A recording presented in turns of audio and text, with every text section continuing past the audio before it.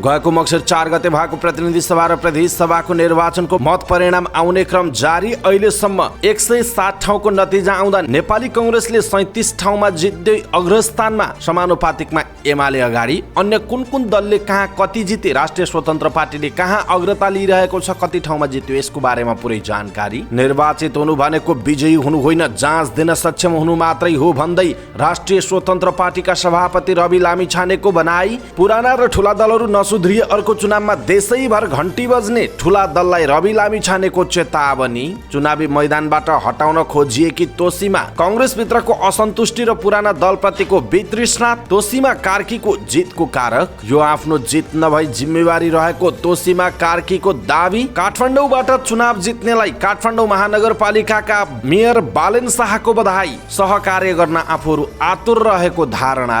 देशलाई गलत बाटोतर्फ लैजान खोजिँदैछ भन्दै राष्ट्रिय स्वतन्त्र पार्टी बारे नेकपा एमालेका अध्यक्ष केपी शर्मा ओलीको टिप्पणी। सरकार गठनका 3 वटा सम्भावना, गठबन्धनले लिङ्गदेन तान्ने कि प्रचण्ड ओलीतिर जाने, यसको बारेमा पुरै जानकारी। गण्डकीबाट प्रतिनिधि सभामा कंग्रेसको वर्चस्व एमाले खुम्चियो। सोचे जस्तो नतिजा नआएपछि, नेकपा फुटेपछि पहिलो पटक प्रचण्डलाई एमाले अध्यक्ष ओलीले गरे फोन। अब मिलेर अगाडि बढाउँ भन्दै प्रस्ताव। गठबन्धन र कंग्रेसमा घात हुँदा कास्कीमा एमालेलाई फाइदा। अधुरै रह्यो कीर्तिमानी जित निकाल्ने नेकपा माओवादी केन्द्रका प्रचण्डको सपना। नेपाली कंग्रेसकी नेत्री महालक्ष्मी उपाध्याय डिनाले टिकट माग्दा सभापति शेरबहादुर देउवाले भनेका थिए, दिन्छु हारियो भने मुख नदेखाउनु। दार्चुलाले पत्याएन एमाले अध्यक्ष केपी ओलीको चुच्चे नक्साको नारा। चितवन 1 बाट राष्ट्रिय स्वतन्त्र पार्टीका उम्मेद्वार हरि ढकाल निर्वाचित। मेयरमा नपत्याएका जयदर आजालाई रौतहट क्षेत्र नम्बर 2 को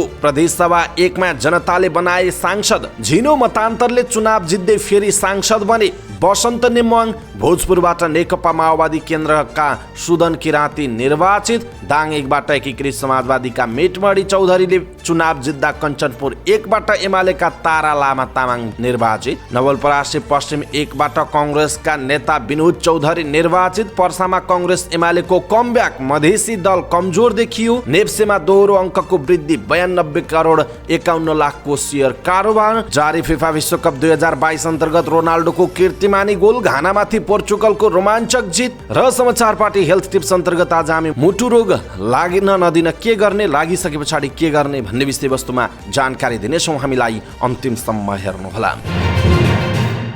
दर्शक महानुभाव नमस्कार। समाचारपाटी.com को न्यूज बुलेटिनमा यहाँलाई हार्दिक स्वागत छ। म प्रहलाद चन्द्र घिमिरे। आज मिति विक्रमसम्म 2079 साल मक्सिरको 9 गते शुक्रबार ईस्वीसम्म सन् 2022 नोभेम्बर 25 तारिक आज अन्तर्राष्ट्रिय महिला हिंसा अन्त्य दिवस। यहाँहरू सम्पूर्णलाई अन्तर्राष्ट्रिय महिला हिंसा अन्त्य दिवसको हार्दिक मङ्गलमय शुभकामना। सदाको झैँ आज पनि हामी उपस्थित भएका छौँ आजका महत्त्वपूर्ण समाचार, ब्रेकिङ न्युज अपडेट लगायत तपाईँलाई काम लाग्ने हेर्नै पर्ने महत्त्वपूर्ण खबरहरू कहाँ के भइरहेको छ। अहिलेसम्म 107 ठाउँको चुनावी नतिजा आइसकेको छ। त्यहाँ कुन कुन दलले बढी जितेका छन्, सिटहरू जितेका छन्, अहिले मतगणना भइरहँदाखेरि कुन कुन ठाउँमा कसले अग्रता लिइरहेका छन्, यसको विषयमा जानकारी दिनेछौँ। दर्शक महानुभाव, देश तथा विदेशका महत्त्वपूर्ण समाचारहरू, चुनाव अगाडि कुन कुन दलका नेताले के भनेका थिए, चुनाव पछाडि के छ, उनीहरूको बोलीमा कस्तो परिवर्तन आइरहेको छ, नयाँ आएका अनुहारहरूको बोली फेरिएको छ अथवा झन् चर्को भएको छ, पुराना नेताहरूले के भनिरहेका छन्। जस्तो केपी शर्मा ओलीले देशलाई गलत बाटोतर्फ लैजान खोजिँदै गरेको केपी शर्मा ओलीले राष्ट्रिय स्वतन्त्र पार्टी बारे टिप्पणी गर्नु भएको छ भने रवि लामिछानेले ठूला दललाई नसुध्रिए अर्कोचोटि देशभर घण्टी बज्ने बताउनु भएको छ। यता पहिला 100 सिट जति प्रत्यक्षमा जित्छु भन्नुभएका नेकपा एमालेका अध्यक्ष केपी शर्मा ओलीले सोचे जस्तो जित ननिक्लिए पछाडि चुनाव अगाडिसम्म तन्तर मम भन्दै गाली गर्दै गरेका नेकपा माओवादी केन्द्रका अध्यक्ष पुष्पकमल दाहाल प्रचण्डलाई मिलेर जानका लागि फोन वार्ता गर्नु भएको छ। लगायतका महत्त्वपूर्ण समाचारहरू छन्, हामी प्रस्तुत गर्छौँ। तपाईँलाई काम लाग्ने हेर्नै पर्ने समाचारहरू छोटकरीमा प्रस्तुत गर्छौँ। हामीलाई अन्तिमसम्म हेर्नुहोला। हाम्रो मेहनतका लागि यो भिडियोमा एउटा लाइक अवश्य गर्नुहोला। दर्शक महानुभाव, पलपलको न्युज अपडेटका लागि हाम्रो च्यानललाई सब्स्क्राइब गर्नुभएको छैन भने कृपया सब्स्क्राइब गर्नुहोस् अनि नजिकै आउने बेल आइकनलाई क्लिक गर्नुहोला।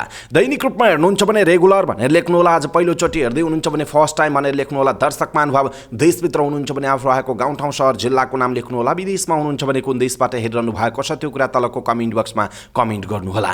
आउनुहोस् दर्शक महानुभाव, आजका महत्त्वपूर्ण समाचारहरू सुरु गरौँ। प्रतिनिधि सभामा 107 ठाउँको नतिजा आउँदा नेपाली कंग्रेसले 37 ठाउँमा जित निकालेको प्रसङ्गबाट। गएको मक्सिर 4 गते भएको प्रतिनिधि सभा र प्रदेश सभा निर्वाचनको मतगणना जारी छ। 107 ठाउँको नतिजा सार्वजनिक भएको छ, जस अन्तर्गत नेपाली कांग्रेसले 37 ठाउँमा जित निकालेको छ भने एमाले 24 ठाउँमा, माओवादीले 11 ठाउँमा, एकीकृत समाजवादीले 10 ठाउँमा, राष्ट्रिय स्वतन्त्र पार्टीले 7 ठाउँमा, राप्रपाले 4 ठाउँमा, जसपाले 2 ठाउँमा, लोसपाले 2 ठाउँमा, नागरिक उन्मुक्ति पार्टीले 2 ठाउँमा र अन्यले 8 ठाउँमा जितेका छन्। त्यस्तै गरी जारी 55 ठाउँको मतगणनामा नेपाली कांग्रेस 14 ठाउँमा अग्रस्थानमा छ भने एमाले 26 ठाउँमा, माओवादी 5 ठाउँमा, राष्ट्रिय स्वतन्त्र पार्टी 1 ठाउँमा, राप्रपा 2 ठाउँमा, जसपा 4 ठाउँमा, लोसपा 2 ठाउँमा र नागरिक उन्मुक्ति पार्टी 1 ठाउँमा अग्रस्थानमा छ। समानुपातिक अन्तर्गत नेकपा एमाले 7,40,097 मत ल्याएको छ भने नेपाली कांग्रेसले 7,10,560 मत ल्याएको छ। माओवादीले 3,28,317 मत ल्याउँदा राष्ट्रिय स्वतन्त्र पार्टीले 3,09,067 मत ल्याएको छ। त्यस्तै गरी एकीकृत समाजवादीले 49,323 मत ल्याएको छ भने राप्रपाले 1,88,206 मत ल्याएको छ, जसपाले 94,596 मत ल्याएको छ भने लोसपाले 45,647 मत ल्याएको छ। त्यस्तै गरी नागरिक उन्मुक्ति पार्टीले 55,883 मत ल्याएको जनाइएको छ। दर्शक महानुभाव, यो तर समानुपातिक प्रत्यक्षतर्फको सिट र अहिले भर्खरको ताजा मत परिणाम। अब दर्शक महानुभाव, कुन कुन नेताले के भनिरहेका छन्, कहाँ कसको अग्रता रहेको छ, कसले जित निकालेको छ, यसको विषयमा जानकारी दिनेछौँ। हामीलाई अन्तिमसम्म हेर्नुहोला। चितवन क्षेत्र नम्बर 2 बाट भारी मतान्तरले विजयी हुनुभएका राष्ट्रिय स्वतन्त्र पार्टीका सभापति रवि लामिछानेले आफू जनतालाई जिताउने जाँच दिन गइरहेको बताउनु भएको छ। चुनाव जितेपछि सामाजिक सञ्जाल मार्फत विज्ञप्ति जारी गर्दै लामिछानेले राजनीतिमा निर्वाचित हुनु भनेको विजयी हुनु नभएको बताउनु भयो। यो त जाँच दिन जानका लागि सक्षम हुनु मात्र हो। म आजबाट जाँच दिन जाँदैछु, यसको नतिजा 5 वर्षपछि मात्र आउँछ उहाँले भन्नुभएको छ। लामिछानेले अहिले कुनै विजय र्याली नगर्ने भन्दै चितवन 3 का 3 वटा स्थानमा धन्यवाद र्याली गरिने जानकारी दिनुभएको छ। धन्यवाद र्यालीमा आफूलाई फूलमाला र अबिर केही पनि नल्याउन उहाँले मतदाताहरूलाई आग्रह गर्नुभयो। उहाँले धन्यवाद सभा गरिने भरतपुर 10 गेस्ट हाउस चोक, इच्छा कामना गाउँपालिका कार्यालय अगाडिको फुटबल ग्राउन्ड र कुरिन्टार र कालिका नगरपालिकाको शहीद स्मृति क्याम्पस चौर पदमापुरमा समस्या र सुझाव गरी 2 वटा पेटिका राखिने समेत बताउनु भएको छ। भ्रष्टाचारीका सूचना मैले गर्नुपर्ने काम मलाई खबरदारी लेखेर पठाउनु होला। लामिछानेले लेख्नु भएको छ, माला अबिर खादामा हामीले गरेको खर्च प्राय विदेश जान्छ, केही ल्याउनै पर्ने भए आफ्नै आँगन वा बाटोको 1 थुङ्गा फुल भए मलाई पुग्छ उहाँको भनाइ छ। उहाँले छिटोभन्दा छिटो आफू काममा लाग्न चाहेको समेत उल्लेख गर्नु भएको छ। यसैबीच राष्ट्रिय स्वतन्त्र पार्टीका अध्यक्ष रवि लामिछानेले ठूला दल सच्चिन र जनताको पक्षमा काम गर्न अन्तिम मौका आएको बताउनु भएको छ। चितवन 2 बाट प्रतिनिधि सभामा निर्वाचित भएपछि भरतपुरको गेस्ट हाउस चौरमा आयोजित धन्यवाद सभामा सम्बोधन गर्नुभएका लामिछानेले जनताले अहिले पनि पुराना दलहरूलाई अन्तिम मौका दिएको बताउनु भयो। ठूला पार्टीलाई नेपाली जनताले अर्को एउटा मौका दिएका छन्, मौकाको दुरुपयोग नगर्नुहोला, जनताको पक्षमा काम गर्नुहोला लामिछानेले भन्नुभयो। अन्यथा अहिले मधुरो रूपमा बजेको घण्टी अर्को 5 वर्षपछि देशभर को रूपमा बज्नेछ, यो रोकिनेवाला छैन उहाँको भनाइ छ। लामिछानेले जनताले दिएको शक्तिलाई जनताको हितमा काम गर्ने बाचा सबैले गर्नुपर्ने बताउनु भयो। उहाँले जनताले दिएको शक्ति लिएर आफ्ना कार्यकर्ता र आसेपासे आफन्त पोस्ने काम मात्रै नगर्न आग्रह गर्नुभयो। अब संसदमा कोही पनि भ्रष्टाचारी छिर्न नपाउने भन्दै लामिछानेले सबै दल भ्रष्टाचार नियन्त्रण र अहिलेसम्म भएका ठूला काण्डको छानबिनका लागि तयार हुनुपर्ने बताउनु भएको छ। अहिलेको निर्वाचन परिणामले पनि कोही पनि आत्तिन र मात्तिन नहुने भन्दै उहाँले निर्वाचन मार्फत युवाले हस्तक्षेपकारी भूमिका खेलेको धारणा पनि व्यक्त गर्नु भएको छ। नेपालको राष्ट्रियता, स्वाधीनता र स्वाभिमानको सम्मान गर्न उहाँले अन्तर्राष्ट्रिय समुदायलाई अपिल गर्नुभयो। देशको सीमाको रक्षा गर्न निर्मम हुने भन्दै देशको गुमेको भूभाग प्राप्त गर्न कुनै कसर बाँकी नराख्ने पनि उहाँले बताउनु भएको छ।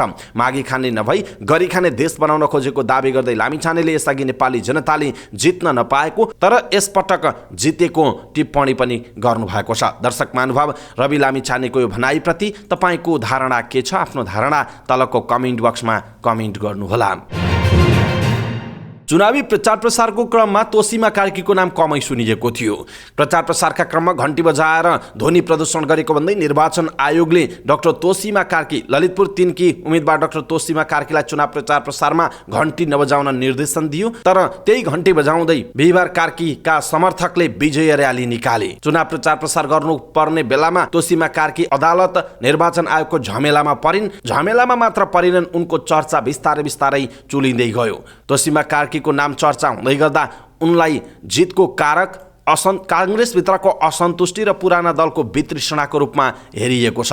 खास गरी ऊर्जा जलस्रोत तथा सिंचाई मन्त्री पम्फा भुसाललाई 22,000 भन्दा बढी मतले पछाडि पारेकी थिइन् डाक्टर तोसीमा कार्कीले। डाक्टर तोसीमाले 31,116 मत ल्याएर निर्वाचित हुँदा माओवादी केन्द्रकी नेता पम्फा भुसालले जम्मा 8,769 मत ल्याउनु भयो। भुसालले यही क्षेत्रबाट 2064 सालमा एमालेका रघुजी पन्तलाई पराजित गर्नुभएको थियो। त्यसको 10 वर्षपछि 74 सालमा भएको आम निर्वाचनमा नेपाली कांग्रेसका मदन बहादुर मात्यालाई हराउनु भयो। 2074 को संसदीय चुनावमा निर्वाचित हुने माओवादीबाट उपत्यकामा नै एक्लो उम्मेदवार हुनुहुन्थ्यो पम्फा भुसाल।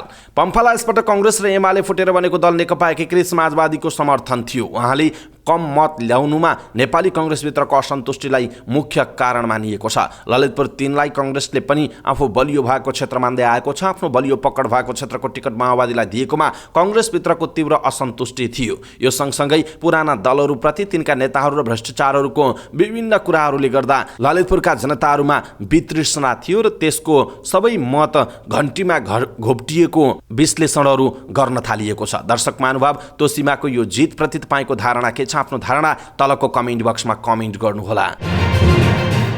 ललितपुर 3 बाट प्रतिनिधि सभा सदस्यमा निर्वाचित राष्ट्रिय स्वतन्त्र पार्टीकी डाक्टर तोसीमा कार्कीले आफ्नो लागि जितभन्दा बढी जिम्मेवारी महत्त्वपूर्ण भएको बताउनुभयो। यो जित होइन, जिम्मेवारी हो। जिम्मेवारीको यात्रा सुरुवात भएको छ। सुशासन र जनताले चाहेको अवस्था निर्माण गर्नेछु, उहाँले मतदाता र समर्थक माझ भन्नुभएको छ।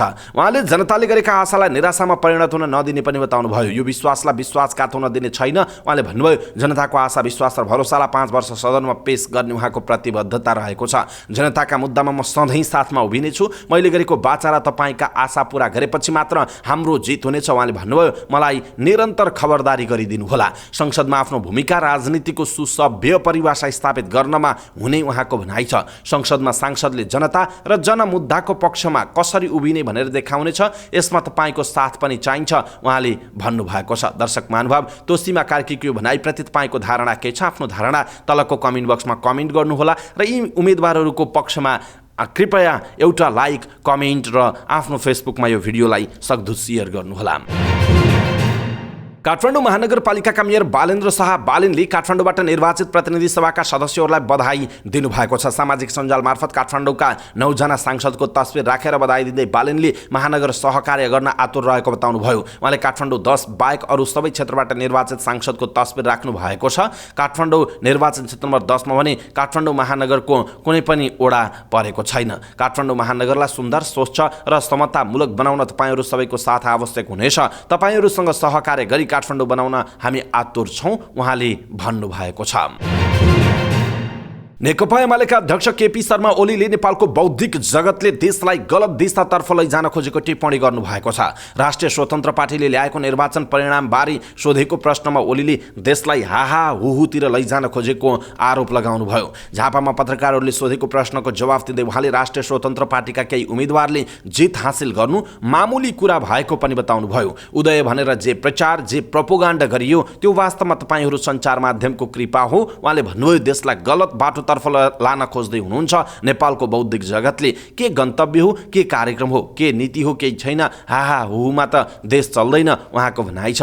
उहाँले राष्ट्रिय स्वतन्त्र पार्टीको जितलाई प्रोत्साहन गर्न आवश्यक नभएको बताउनुभयो। भविष्यलाई जिम्मेवार ढङ्गले सोच्न भन्दा हाहा हुहुमा देशलाई लैजान खोज्ने कुरा नेपालको हितमा छैन, ओलीको भनाइ छ। दर्शक महानुभाव, केपी शर्माको यो भनाइप्रति कृपया एउटा टिप्पणी गर्नुहोला। तपाईँ केपी शर्मा ओलीको यो भनाइप्रति के धारणा व्यक्त गर्नुहुन्छ? कृपया तलको कमेन्ट बक्समा मात्र एउटा कमेन्ट गर्नुहोला कि राष्ट्रिय स्वतन्त्र पार्टीबारे ओलीले गरेको टिप्पणी देशलाई गलत बाटोतर्फ लैजान खोजिँदैछ भन्ने यो भनाइ तपाईँ के भन्नुहुन्छ? आफ्नो कुरा तलको कमेन्ट बक्समा कमेन्ट गर्नुहोला।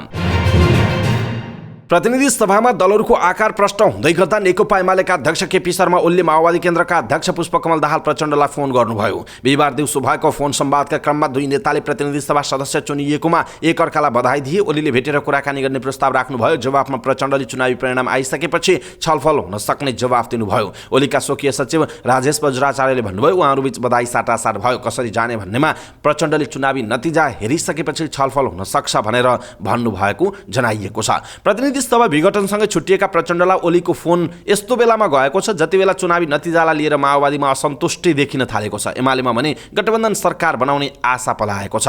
यसरी एमाले र कांग्रेस हाराहारीमा जाने सम्भावना देखिएको छ। बिहीबार रातिसम्मको कांग्रेसले 36 ठाउँमा जित निकालेको छ भने 17 ठाउँमा अग्रता लिइरहेको छ। 22 सिट जितेको एमाले 26 ठाउँमा अग्रता लिइरहेको छ। समानुपातिक तर्फ दुवै दल हाराहारीमा छन्। एमाले 7,40,000 कटाएको छ भने कांग्रेसको 7,11,000 कटिसकेको छ। यही ट्रेन्ड कायम रहने हुने एमाले र कांग्रेस 80-85 सिटको पार्टी हुने देखिएको छ। माओवादी केन्द्र तेस्रो हुने शक्ति देखिन्छ। सत्तारूढ दलहरूसँग देशभर चुनावी तालमेल गरेको माओवादी केन्द्रले प्रतिनिधि सभातर्फ 46 सिट लिएको थियो। अहिलेसम्म 9 सिट जितेको छ भने गणना भइरहेको 7 क्षेत्रमा अग्रता लिइरहेको छ। गणना भइरहेको थप केही क्षेत्रमा माओवादी केन्द्रका उम्मेदवार दोस्रो स्थानमा छन्। समानुपातिक तर्फ रवि लामिछाने नेतृत्वको राष्ट्रिय स्वतन्त्र पार्टीभन्दा पछाडि परेको छ। यही ट्रेन्ड कायम रह्यो भने माओवादीले प्रत्यक्षतर्फ 16-17 र समानुपातिक तर्फ धेरैमा 15-16 सिट जित्न सक्छ। अर्थात् माओवादी केन्द्र 30-32 सिटमा सीमित हुनेछ। प्रत्यक्षतर्फ 7 सिटमा जित र 1 सिटमा अग्रता लिएको राप्रपाले समानुपातिक तर्फ 16-17 सिट पाउन सक्छ। राप्रपा 5औं दल बन्ने सम्भावना छ। प्रत्यक्षतर्फ 4 सिट जितेको उसले 3 सिटमा अग्रता लिएको छ र समानुपातिक तर्फ झन्डै 2 लाख मत पाएको उसले 8-9 सिट पाउने सम्भावना छ। 9 सिटमा जित र 1 अग्रता लिएको एकीकृत समाजवादी, 2 जित र 4 सिटमा अग्रता लिएको जसपा, 2मा जित र 2मा अग्रता लिएको लोकसपाले थ्रेसहोल्ड कटाउन गाह्रो देखिएको छ। त्यस्तै गरी नागरिक उन्मुक्ति पार्टीले 5-2 ठाउँमा अग्रता जितेमा जित्नेछ भने राष्ट्रिय जनमोर्चा, जनमत र नेपाल मजदुर किसान पार्टीले 1-1 सिट जितेका छन् भने स्वतन्त्र 2 उम्मेदवार जितेका छन्। अरू स्वतन्त्र 2 उम्मेदवारले अग्रता लिएका छन्। बाजुरा, दोलखा र साङ्जा 2मा मतगणना नै सुरु भएको छैन। त्यसो त सम्भावित समीकरण के हुन सक्छ त? यो चुनावी परिणामले कांग्रेस र एमाले दुवैलाई सरकार बनाउने बाटो खुलेको छ। तर सरकार बनाउन चाहिने बहुमत 138 सांसदको समर्थन जुटाउन सहज छैन। सरकार गठनमा माओवादी केन्द्रसँगै राष्ट्रिय स्वतन्त्र पार्टी र राप्रपाको भूमिका महत्त्वपूर्ण हुने देखिन्छ। सत्ता गठबन्धनको नेतृत्व गरेको कांग्रेस अहिलेकै गठबन्धन कायम राखेर नयाँ सरकारको नेतृत्व गर्न चाहन्छ। यो एउटा पहिलो विकल्प हो सत्ता गठबन्धनकै निरन्तरता। त्यस्तै गरी अर्को विकल्प भनेको एमाले माओवादी र राप्रपाको सरकार बनाउने अर्को विकल्प हुन सक्छ भने तेस्रो विकल्प कांग्रेस र एमालेको सरकार बनाउने विकल्प रहन सक्छ। दर्शक महानुभाव, यी विकल्प मध्ये कुन चाहिँ विकल्पले काम गर्ला अथवा नेताहरू गठबन्धनले लिङ्गदेन तान्ला कि प्रचण्ड ओलीतिर जालान् अथवा कांग्रेस र एमालेको सरकार बन्ला त? यसको विषयमा तपाईँको धारणा के छ? आफ्नो धारणा तलको कमेन्ट बक्समा कमेन्ट गर्नुहोला। 2074 सालमा गण्डकी प्रदेशका 18 प्रतिनिधि सभा निर्वाचन क्षेत्रमध्ये 1 सिटमा खुम्चिएको नेपाली कांग्रेसले यसपटक वर्चस्व कायम गरेको छ। शुक्रबार साँझसम्म प्राप्त मत परिणाम अनुसार प्रतिनिधि सभामा नेपाली कांग्रेसले 7 ठाउँमा जित निकालेको छ भने 2 ठाउँमा फराकिलो मतान्तरले अगाडि छ। 2074 मा एक्लै प्रतिस्पर्धा गरेको कांग्रेसले यसपटक नेकपा माओवादी केन्द्र, एकीकृत समाजवादी र राष्ट्रिय जनमोर्चाको सहयोगमा चुनाव लडेको छ। 74 सालमा भने गण्डकी प्रदेशमा डाक्टर शशाङ्क कोइरालाले मात्र चुनाव जित्नु भएको थियो। कांग्रेसले मनाङ, म्याग्दी तथा स्याङ्जा, नवलपुर, गोर्खामा 1-1 सिट र तनहुमा 2 सिट निकालेको जनाइएको छ। यसैबीच अघिल्लो निर्वाचनमा 3 सिट पाएको नेकपा माओवादी केन्द्रले यसपटक 2 सिटमा झरेको छ भने अघिल्लो पटक प्रतिनिधि सभामा 10 सिट जित्दै वर्चस्व राखेको नेकपा एमाले भने शुक्रबार साँझसम्म 3 सिटमा खुम्चिएको छ। बाँकी 2 सिटमा अग्रता लिइरहेको जनाइएको छ। नेकपा एमालेका अध्यक्ष केपी शर्मा ओलीले माओवादी अध्यक्ष पुष्पकमल दाहाल प्रचण्डलाई मिलेर अगाडि बढ्न आग्रह गर्नुभएको छ। बिहीबार दिउँसो प्रचण्डलाई फोन गर्दै ओलीले यस्तो आग्रह गर्नुभएको हो। तिक्तता बढ्दै जाँदा निकै वरपर भइएछ, अब बसेर कुरा गरौँ। ओलीले भनेको कुरा उद्धृत गर्दै स्रोतले भन्यो, हामीलाई टाढा पार्ने शक्तिहरू अहिले पनि सक्रिय नै छन्, उहाँको भनाइ छ। प्रचण्डले अरू कसैले टाढा पारेको नभई ओलीको विगतको कार्यशैली जिम्मेवार रहेको टिप्पणी गर्नुभएको थियो। उहाँले बसेर कुरा गर्न समस्या नभएको भन्दै अगाडिको बाटोबारे चाहिँ समीक्षा गर्नुपर्ने बताउनुभयो। हामी गठबन्धनमा छौँ, चुनावको समय परिणाम आइसक्न बाँकी नै छ। प्रचण्डको जवाफ उद्धृत गर्दै जवाफलाई उद्धृत गर्दै उहाँको सचिवालयले भनेको छ, पहिले हेरौँ न परिस्थिति कसरी अगाडि बढ्छ, उहाँको भनाइरहेको छ। दर्शक महानुभाव, चुनावभन्दा अगाडि आरोप र प्रत्यारोपमा खर्च गरेका नेकपा एमालेका अध्यक्ष केपी शर्मा ओलीले चुनावको नतिजा आइ नसक्दै प्रचण्डलाई फोन गरेर मिलेर अगाडि बढ्न प्रस्ताव गरेसँगै यसप्रति तपाईँको धारणा के छ? आफ्नो धारणा तलको कमेन्ट बक्समा कमेन्ट गर्नुहोला।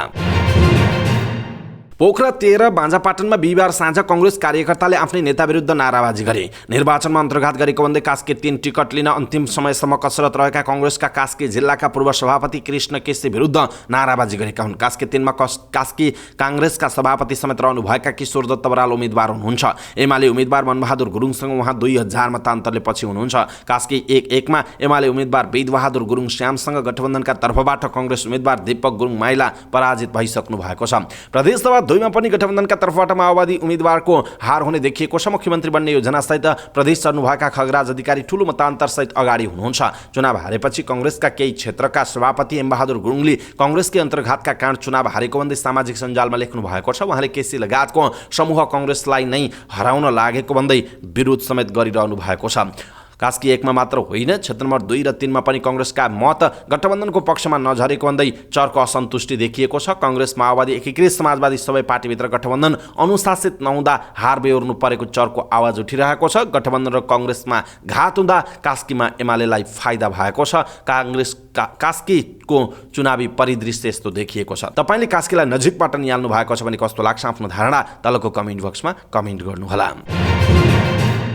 चुनावी पछि निर्वाचन क्षेत्र फेर्ने नेकपा माओवादी केन्द्रका अध्यक्ष पुष्पकमल दाहाल प्रचण्डको शैलीलाई समर्थकले गतिशीलता भन्छन् भने विरोधीले चुनाव जित्ने चालबाजी। तर लामो तयारी गरेको चितवन 3 छोडेर नजिकैको गोर्खा 2 बाट चुनाव लड्ने प्रचण्डको यसपटकको चाहना भिन्न थियो। रोल्पा, काठमाडौँ, सिराहा र चितवनबाट चुनाव लडिसकेका प्रचण्ड यसपटक कीर्तिमानी जित निकाल्ने चाहनामा रहनु भएको थियो। एक भोट खेर जान नपाओस्, जित्ने भन्दा पनि रेकर्ड बनाउने कुरा छ। गोर्खा रोजेपछि प्रचण्डले कार्यकर्ता र मतदातासँग कुरा नलुकाई भन्नुभएको थियो। यसो भयो भने मात्र गोर्खाबाट भने जस्तो विकासको अभियान थाल्न सकिने उहाँको तर्क थियो। तर बिहिबार सार्वजनिक मत परिणाम अनुसार प्रचण्डले क्षेत्र परिवर्तन गरेर चुनाव जितेको बाहेक गोर्खाबाट त्यस्तो कुनै रेकर्ड बनेन। गोर्खा 2 मा 1,05,240 मतदाता मध्ये 54,031 मत खसेको थियो। त्यसमा प्रचण्ड 26,109 मतसहित विजयी बन्नुभयो। यो तथ्याङ्क अनुसार प्रचण्डले 13,470 मतको अन्तरले राष्ट्रिय स्वतन्त्र पार्टी रासपाका उम्मेदवार कविन्द्र बुर्लाकोटीलाई पराजित गर्नुभयो। प्रचण्डले जितको सुनिश्चितता र अनुकूलताका कारण रोजेको गोर्खाबाट ठूलो मतान्तरले सहयात्री बाबुरामको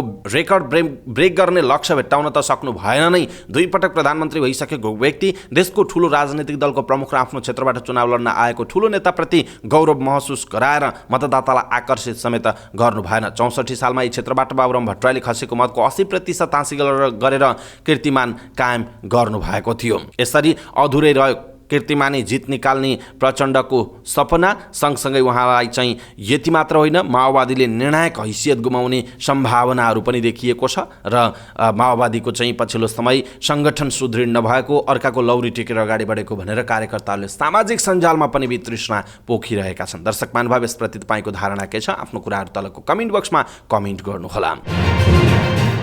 आम चुनावको टिकट वितरण गर्नु अघि गत असोज पहिलो साता कांग्रेसभित्र एउटा रोचक सवाल जवाफ चल्यो। कांग्रेसका सभापति तथा प्रधानमन्त्री शेरबहादुर देउवालाई पार्टीकी एकमात्रै महिला पदाधिकारी महालक्ष्मी उपाध्याय डिनाले मुखै फोरेर भन्नुभएको थियो, जिल्ला सभापतिदेखि प्रदेशसम्म जहाँ पनि पुरुष सभापति हुने, महिलाले केही नपाउने। प्रसङ्ग चुनावका लागि प्रशिक्षणको थियो। देउवा, प्रकाशमान सिंह लगायतका नेता सहभागी भेलामा सहमहामन्त्री डिनाले अब आफू समानुपातिकमा नबस्ने, प्रत्यक्ष नै लड्ने अडान लिनुभएको थियो। उहाँले सधैँ महिला पछि पर्न नहुने बताउनु भयो। देउवाले जवाफ दिँदै भन्नुभएको थियो, उहाँले मलाई ठुलै चुनौती दिनुभयो। म डिनालाई टिकट दिन्छु, तर हार्न पाउनुहुन्न, हारियो भने मसँग मुख देखाउन नआउनु, उहाँको भनाइ थियो। देउवाले आफ्नो वचन पूरा गरेर डिनालाई टिकट त दिनुभयो, तर प्रत्यक्ष उठेर पनि डिनाले चुनाव जित्न पाउनु भएन। चुनावमा उठ्ने सबैले जित्छन् भन्ने के छ र उहाँको भनाइ छ। सहमहामन्त्री डिना मकवानपुर 1 मा दीपक सिंहसँग 2400 मतान्तरले पराजित बनेर दोस्रो मत चाहिँ पाउनु भएको छ। नेकपा एमालेका अध्यक्ष केपी शर्मा ओलीले पहिलो पटक दार्चुला सदरमुकाम खलङ्गा पुगेर यसपटक चुनावी अभियानको उद्घाटन गर्नुभएको थियो। प्रचार अभियान खलङ्गाबाट सुरु गर्नुको पछाडि नेपालको नयाँ नक्सालाई चुनावी एजेन्डा बनाएको तथ्य ओलीले लुकाउनु भएको थिएन। 18 कार्तिकको खलङ्गा सभामा गरेको 20 मिनट लामो सम्बोधनमा लगभग पुरै अवधि नेपालको भूमि आफू बाहेक अरूले फिर्ता गराउन नसक्ने बताउनु भएको थियो। दार्चुला पछि बैतडी र कञ्चनपुरको सभामा पनि त्यसै दिन सम्बोधन गर्नुभएका ओलीले राष्ट्रियताको एजेन्डालाई मुख्य एजेन्डा बनाउनु भएको थियो। तर यी दुईवटै जिल्लामा एमाले जित्न सकेन। दार्चुलामा त ओलीले नेपालको भूमि फिर्ता ल्याउने सहित जिल्लाको विकास आफ्नो जिम्मा भएको बताउनु भएको थियो र ओलीले प्रधानमन्त्री शेरबहादुर देउवालाई सुदूरपश्चिमको विकासमा केही गर्न नसक्ने र भूमि फिर्ता ल्याउन नसक्ने नेता भनेर आरोप पनि लगाउनु भएको थियो। ओलीको चेतावनी लगत्तै नेकपा माओवादी केन्द्रका अध्यक्ष पुष्पकमल दाहाल प्रचण्डलाई साथमा लिएर प्रधानमन्त्री देउवा दार्चुला पुग्नुभयो। देउवाले सार्वजनिक मञ्चबाट नेपालको नक्सा प्रकाशित गर्ने भूमिका तत्कालीन नेकपाका नेताहरू प्रचण्ड र माधव नेपालले मात्रै गरेको बताउनु भएन, प्रतिनिधि सभा विघटन समेत सम्झिनु भयो। पालै पालो भएको सभाबाट नेताहरूले आफ्नो उम्मेदवार जिताएर पठाउन जनतासँग आग्रह गरेका थिए, तर दार्चुलाको अन्तिम मतपरिणाम अनुसार भने कांग्रेसका दिलेन्द्र प्रसाद बडुले जित्नु भएको छ। दार्चुलाले पत्याएन केपी ओलीको चुच्चे नक्साको नारा भनेर यो समाचार सार्वजनिक भएको छ। चितवन 1 मा राष्ट्रिय स्वतन्त्र पार्टीका उम्मेदवार हरि ढकाल विजयी हुनुभएको छ। हालै सम्पन्न मतगणना अनुसार 34,189 मत ल्याउँदै ढकाल प्रतिनिधि सभा सदस्यमा निर्वाचित हुनुभएको हो। उहाँका निकटतम प्रतिद्वन्दी सुरेन्द्र पाण्डेले 26,608 मत ल्याउनु भएको छ। नेपाली कांग्रेसका उम्मेदवार विश्वनाथ पौडेलले 24,990 मत पाउनु भएको छ। पाण्डे नेकपा एमालेका उपाध्यक्ष समेत हुनुहुन्छ। पौडेल राष्ट्रिय योजना आयोगका पूर्व उपाध्यक्ष रहनु भएको छ। रौतहट क्षेत्र नम्बर 2 को प्रदेश सभा 1 मा नेकपा एमालेका उम्मेदवार जैद आलम निर्वाचित हुनु भएको छ। 25 वर्षीय जैद आलम यस अघिको स्थानीय निर्वाचनमा मेयर पदमा पराजित हुनु भएको थियो। राजपुर नगरपालिकाको मेयर पदको चुनावमा पराजित हुनुभएका जैद अहिले प्रदेश सभा सदस्यका लागि निर्वाचित हुनु भएको छ। जैदले 13,532 मत प्राप्त गर्दा उहाँका निकटतम प्रतिद्वन्दी स्वतन्त्र उम्मेदवार नागेन्द्र सिन्हाले 6,872 मत प्राप्त गर्नुभयो। 6,660 मतान्तरले विजयी भएका जैद पूर्व मन्त्री स्वर्गीय मुस्ताक आलमका छोरा हुनुहुन्छ। जितपछि संक्षिप्त प्रतिक्रिया दिँदै उहाँले यस क्षेत्रको समृद्धि र आमूल परिवर्तनका लागि काम गर्ने बताउनु भएको छ। मेयरमा नपत्याएका जैदलाई जनताले बनाए सांसद। यो समाचार हामीले यहाँहरुमाझ प्रस्तुत गर्यौं। पाँचथरबाट नेकपा एमालेका वसन्त कुमार नेम्मङ फेरि प्रतिनिधि सभा सदस्यमा निर्वाचित हुनु भएको छ। उहाँले नेपाली कांग्रेसका भीष्मराज आङदाम्बेलाई 47 मतले पराजित गर्नु भएको छ। नेम्मङले 32,110 मत ल्याउँदा आङदाम्बेले 32,063 मत पाउनुभयो। झिनो मतान्तरले निर्वाचित नेम्मङ यस अघि पनि सोही क्षेत्रबाट सांसद बन्नु भएको थियो। भोजपुरबाट प्रतिनिधि सभा सदस्यमा नेकपा माओवादी केन्द्रका सुदन किराँती निर्वाचित हुनु भएको छ। बिहिबार राति सकिएको मतगणना अनुसार किराँतीले 28,578 मत पाउनु भयो भने उहाँका निकटतम प्रतिस्पर्धी नेकपा एमालेका शरदन राईले 26,193 मत पाउनु भएको जनाइएको छ। त्यस्तै गरी दाङ 1 बाट प्रतिनिधि सभा सदस्यमा नेकपा एकीकृत समाजवादीका मिटमणि चौधरी निर्वाचित हुनु भएको छ। 26,563 मत पाउनु भएका उहाँले नेकपा एमालेकी उम्मेदवार शान्ता चौधरीलाई 5,084 मतले पराजित गर्नु भएको हो। चौधरीले 21,479 मत पाउनु भयो भने यसअघि 2074 मा नेकपा एमालेबाट मिटमणि चौधरी नै निर्वाचित हुनु भएको थियो। निर्वाचन अधिकृतको कार्यालयका अनुसार राष्ट्रिय स्वतन्त्र पार्टीका देवराज पाठकले 13,794 मत पाएका छन् भने हाम्रो नेपाली पार्टीका गंगा चौधरी सदगौवाले 1,092 मत पाएको जनाइएको छ। कञ्चनपुर 1 बाट प्रतिनिधि सभा सदस्यमा नेकपा एमालेका तारा लामा तामाङ निर्वाचित हुनु भएको छ। बिहिबार राति सकिएको मतगणना अनुसार तामाङले 24,892 मत पाउनु भयो। उहाँले नेकपा माओवादी केन्द्रकी बिना मगरलाई 5,546 मतान्तरले पराजित गर्नु भएको छ। बिनाले 19,346 मत पाउनु भयो। यो क्षेत्रबाट 2074 सालमा नेकपा माओवादी केन्द्रबाट बिना मगर निर्वाचित हुनु भएको थियो। नवलपरासी पश्चिम 1 बाट नेपाली कांग्रेसका विनोद चौधरी निर्वाचित हुनु भएको छ। बिहिबार राति सकिएको मतपरिणाम अनुसार चौधरीले 29,495 मत पाउनु भएको छ भने उहाँका निकटतम प्रतिस्पर्धी जनता प्रगतिशील पार्टीका हृदय त्रिपाठीले 22,308 मत पाउनु भएको छ। त्रिपाठीलाई नेकपा एमालेको साथ रहेको थियो। तेस्रो स्थानमा रहेका नेपाल स्वतन्त्र पार्टीका महेन्द्र सेन ठकुरीले 12,479 मत पाएको जनाइएको छ। मक्सिर 4 मा सम्पन्न निर्वाचनबाट पर्सामा नेपाली कांग्रेसले बिग्रन्दो स्थितिमा सुधार गरेको छ। 74 को निर्वाचनमा 4 वटै निर्वाचन क्षेत्र गुमाएको कांग्रेसले यसपटक 2 प्रतिनिधि सभा निर्वाचन क्षेत्रमा जित्दै स्थितिमा सुधार गरेको हो। पर्सामा जनता समाजवादी पार्टी र एमालेले पनि 1-1 वटा प्रतिनिधि सभा निर्वाचन क्षेत्रमा जित हात पारेको छ। पर्सा 1 बाट जसपाका प्रदीप यादव, 2 बाट कांग्रेसका अजय चौरासिया र 3 बाट एमालेका राजकुमार गुप्ता र 4 बाट कांग्रेसका रमेश रिजाल निर्वाचित हुनु भएको जनाइएको छ। मधेसी दल 1 नहुँदा परिणाम चाहिँ उल्टिएको छ र मधेसी दल चाहिँ पर्सामा कमजोर देखिएको छ भने कांग्रेस एमालेको कमब्याक देखिएको छ। साताको अन्तिम कारोबारको दिन बिहीबार शेयर बजारमा दोहोरो अङ्कको सुधार भएको छ। प्रतिनिधि सभा र प्रदेश सभा निर्वाचनका कारण आइतबार र सोमबार बन्द रहेको शेयर बजार मङ्गलबारदेखि मात्र खुलेको थियो। मङ्गलबार र बुधबार लगातार 2 दिन गिरावट भएको बजार परिसूचक नेप्से बिहीबार भने दोहोरो अङ्कले बढेर बन्द भएको हो। बिहीबार बजार परिसूचक नेप्से 11.56 अङ्क 0.60% बढेर 1933.55 अङ्कमा बन्द भएको छ। बिहीबार निर्जीवन बीमा बाहेक सबै उपसूचकमा वृद्धि भएको छ। निर्जीवन बीमा उपसूचक भने 0.04% को सामान्य गिरावट भएको छ। बजार परिसूचकमा सुधार भए पनि कारोबार रकम भने 1 अर्ब पनि पुग्न सकेन। बिहीबार बजारमा कुल 25,69,229 किता शेयर किनबेच हुँदा 92,51,74,000 को कारोबार भएको जनाइएको छ। म्यान्चेस्टर युनाइटेडबाट छुट्टिएर फ्री एजेन्ट बनेको 2 दिनपछि नै क्रिस्टियानो रोनाल्डोले कीर्तिमानी गोल गर्दा पोर्चुगलले फिफा विश्वकपमा घानालाई 3-2 ले पराजित गरेको छ। स्टेडियममा 974 पहिलो हाफ गोल रहित बराबरीमा सकिएपछि रोमाञ्चक बनेको दोस्रो हाफमा 5 गोल भयो, जहाँ रोनाल्डोले गोलको खाता खोलेका थिए। 65 मिनेटमा रोनाल्डोले पेनाल्टीबाट गोल गर्दै पोर्चुगललाई अग्रता दिलाए भने 5 विश्वकपमा गोल गर्ने पहिलो खेलाडी बने। रोनाल्डोले 2006 विश्वकपमा डेब्यू गरेका थिए र त्यस यता खेलेका सबै 5 विश्वकपमा उनले गोल गर्दै कीर्तिमानी बनाएका हुन्। रोनाल्डोले विश्वकपमा 8 गोल गरिसकेका छन्। सन् 2018 को विश्वकपमा रोनाल्डोले स्पेन विरुद्ध ह्याट्रिक सहित 4 गोल गरेका थिए। पोर्चुगलले अग्रता लिएको केही समयपछि नै घानाले बराबरी गोल फर्काएको थियो। 73 मिनेटमा घानाका कप्तान आन्द्रे आयुली गोल गर्दै खेल बराबरी गरे, तर 77 मिनेटमा कप्तान आन्द्रे मैदान बाहिरिएपछि घानाले लगातार 2 गोल बिहोर्यो। 78 मिनेटमा जाओ फेलिक्सले गोल गर्दै पोर्चुगललाई 2-1 को अग्रता दिलाए। 80 मिनेटमा राफेल लिआओले गोल गर्दै पोर्चुगलको अग्रता 3-1 बनाए। दुवै गोलका लागि ब्रुनो फर्नान्डेजले असिस्ट गरेका थिए। 3-1 को अग्रता लिएको अवस्थामा पोर्चुगलका प्रशिक्षक फर्नान्डो सान्तोसले कीर्तिमानी गोलकर्ता तथा कप्तान रोनाल्डोको स्थानमा गोलकालो रामोस र फेलिक्सको स्थानमा जाओ मारियोलाई मैदान पठाए, तर लगत्तै घानाले गोल फर्कायो। 77 मिनेटमा मैदान प्रवेश गरेका घानाका ओस्मान बुकारीले गोल गर्दै खेल 3-2 को अवस्थामा पुर्याएका थिए। इन्जुरी टाइमको 90 मिनेटमा घानाले खेल बराबरी गर्ने अवसर पाए पनि पोर्चुगलका रुबिन डियाजले गोलकिपर अघि बढिसकेको अवस्थामा बल क्लियर गर्दै सङ्कट टारे। घानाले गोल गर्न नसक्दा पोर्चुगलले रोमाञ्चक जित हासिल गर्यो। जितपछि पोर्चुगल समूह एचमा महत्त्वपूर्ण 3 अङ्क जोडेको छ। यस समूहको पहिलो खेलमा उरुग्वे र दक्षिण कोरियाले गोलरहित बराबरी खेल्दै अङ्क बाँडेका थिए। पोर्चुगलले अब उरुग्वेसँग दोस्रो खेल खेल्नेछ भने घानाले दक्षिण कोरियासँग खेल्ने जनाइएको छ। समाचार पार्टी न्युज बुलेटिनमा पालो भएको छ समाचार पार्टी हेल्थ टिप्स। समाचार पार्टी हेल्थ टिप्समा आज हामी यहाँहरूलाई मुटु रोगसँग सम्बन्धित विभिन्न विषयमा जानकारी दिनेछौँ। हामीलाई अन्तिमसम्म हेर्नुहोला। सबै नेपालीहरूमा पुर्याउनका लागि यो भिडियोलाई आफ्नो फेसबुक, ट्विटर लगायतका सामाजिक सञ्जालमा सेयर गर्न नबिर्सिनुहोला। वरिष्ठ मुटु रोग विशेषज्ञ डाक्टर प्रकाश राज रेग्मीले मुटु रोग लाग्न नदिन र लागिसकेको भए के कुरामा ध्यान दिने भनेर केही उपयोगी सल्लाह दिनुभएको छ। त्यो विषय हामी यहाँहरूमा जानकारी दिनेछौँ। जस्तो पहिलो हो आनन्दपूर्वक जिउन बुद्धि, विवेक, सम्पत्ति र स्वास्थ्य मान्छेका लागि नभई नहुने भए पनि स्वास्थ्य पहिलो प्राथमिकतामा रहनुपर्छ। मान्छेले रोग प्रतिरोधात्मक रोगसँग लड्ने क्षमता दह्रो बनाउने अभ्यास गर्नुपर्छ। धूमपान स्वास्थ्यका लागि अत्यन्त हानिकारक छ, तसर्थ धूमपान गर्नेले बिस्तारै बिस्तारै घटाएर भए पनि यो छोड्नु नै पर्छ।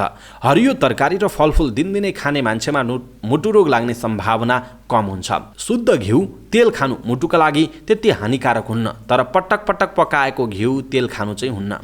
कार्बोहाइड्रेट धेरै भएको खाना मैदा, आलु, चामल, चिनी कम खाने गर्नुपर्छ। सागसब्जी, फलफुल तथा गेडागुडी धेरै खाने गर्नुपर्छ। जङ्क फुड खानै हुन्न। खाना थोरै खाएर बाँच्न सिक्नुपर्छ। शुद्ध कफी 2-3 कप मुटुका लागि राम्रो हुन्छ, तर मुटुको धड्कन बढी भएकाका लागि कफी राम्रो हुन्न। मांसाहारीका लागि खसी, कुखुराको सट्टा हप्तामा 2 पटक माछा खानु धेरै राम्रो हुन्छ। शारीरिक व्यायाम दैनिक 30 देखि 60 मिनट गर्नुपर्छ। वयस्कहरूमा पनि 130 देखि 80 सम्मको रक्तचाप सामान्य हो, तर किडनी र मधुमेहको रोग भएकाहरूमा पनि 120 देखि 80 भन्दा बढी रक्तचाप हानिकारक हुन सक्छ। ब्लड प्रेसर बढेर औषधि सेवन गर्न थालेकाले औषधि छोड्नै हुन्न भन्ने छैन। रक्तचाप बढ्नुका कारण घटाउन सकेमा नियमित खाइरहेको औषधि चिकित्सकको सल्लाहमा फेरि छोड्न सकिन्छ। जस्तै मद्यपान, धूम्रपानका कारणले प्रेसर बढेको भए त्यस्ता पदार्थको सेवन छाडेपछि प्रेसरको समस्या पनि स्वतः हटेर जान्छ। त्यस्तै मधुमेहका रोगीले पनि चिकित्सकको सल्लाहमा कतिपय अवस्थामा औषधि सेवन छाड्न सक्ने हुन्छ। रगतमा हुने कोलेस्ट्रोलको 80% शरीर भित्रैबाट बन्छ, 20% मात्र हामी खाएको खानाको कोलेस्ट्रोलबाट बन्छ। यसकारण अन्डा खाएर कोलेस्ट्रोल बढ्ला भनेर डराउनु पर्दैन। दैनिक एउटा उसिनेको पुरा अन्डा मुटु रोगीले खाए हुन्छ। अर्को, मधुमेहका रोगीले कोलेस्ट्रोल जति छ सोको आधारमा घटाउनुपर्छ, यति नै हुनुपर्छ भन्ने होइन। बिहान आधा लिटर पानी पिउनुपर्छ, त्यसपछि पिसाबको रङ सङ्लो अवस्था कायम रहने गरी पानी पिउनुपर्छ। एकैपटक धेरै पानी पिउनु वा ज्यादै धेरै पानी पिउनुहुन्न। मुटु रोगी र किडनीका रोगीले पानी धेरै पिउनुहुन्न। स्वस्थ व्यक्तिले पनि वर्षमा कम्तीमा एक पटक आफ्नो स्वास्थ्य परीक्षण गराउनै पर्छ। सकारात्मक तथा नकारात्मक दुवै उत्तेजना मुटुका लागि हानिकारक हुन्छ, तसर्थ उत्तेजित हुनु हुँदैन। आवेग वा उत्तेजनाबाट जोगिन योग, ध्यान तथा दान गर्नुपर्छ। दिनमा कम्तीमा 5 मिनट हाँस्नु आवश्यक छ, तर अत्यन्तै उत्तेजना पैदा हुने कृत्रिम हाँसोले पनि मुटुलाई नकारात्मक प्रभाव पार्न सक्छ। दान दिने बानी राम्रो हो, यसले मानसिक तनाव घटाउँछ र हृदयघातबाट बचाउन सक्छ। दर्शक महानुभाव, आज हामीले यहाँहरूलाई मुटु रोगसँग सम्बन्धित 22 बुँदै सल्लाह दियौँ, जुन वरिष्ठ मुटु रोग विशेषज्ञ डाक्टर प्रकाश राज रेग्मीले दिएको सल्लाह। कस्तो लाग्यो आफ्नो धारणा तलको कमेन्ट बक्समा कमेन्ट गर्नुहोला र सबै नेपालीहरू माझ पुर्याउनका लागि यो भिडियोलाई आफ्नो फेसबुक, ट्विटर लगायतका सामाजिक सञ्जालमा सेयर गर्नुहोला। अवस्था दर्शक महानुभाव, आजका महत्त्वपूर्ण समाचार, ब्रेकिङ न्युज अपडेट लगायतका तपाईँलाई काम लाग्ने हेर्नै पर्ने महत्त्वपूर्ण समाचारहरू यति नै। हामीले प्रस्तुत गरेका यी समाचारहरूप्रति तपाईँको धारणा के छ? आफ्नो धारणा तलको कमेन्ट बक्समा कमेन्ट गर्नुहोला। हाम्रो मेहनतका लागि यो भिडियोमा एउटा सानो लाइक अवश्य गर्नुहोला। दर्शक महानुभाव, पलपलको न्युज अपडेटका लागि हाम्रो च्यानललाई तपाईँले अहिलेसम्म सब्स्क्राइब गर्नुभएको छैन भने कृपया सब्स्क्राइब गर्नुहोस् अनि नजिकै आउने बेल आइकनलाई क्लिक गर्नुहोला। पलपलको न्युज अपडेटका साथ फेरि हाम्रो भेट हुनेछ। तपाईँ समाचार पार्टी हेर्दै गर्नुहोस्। नमस्कार।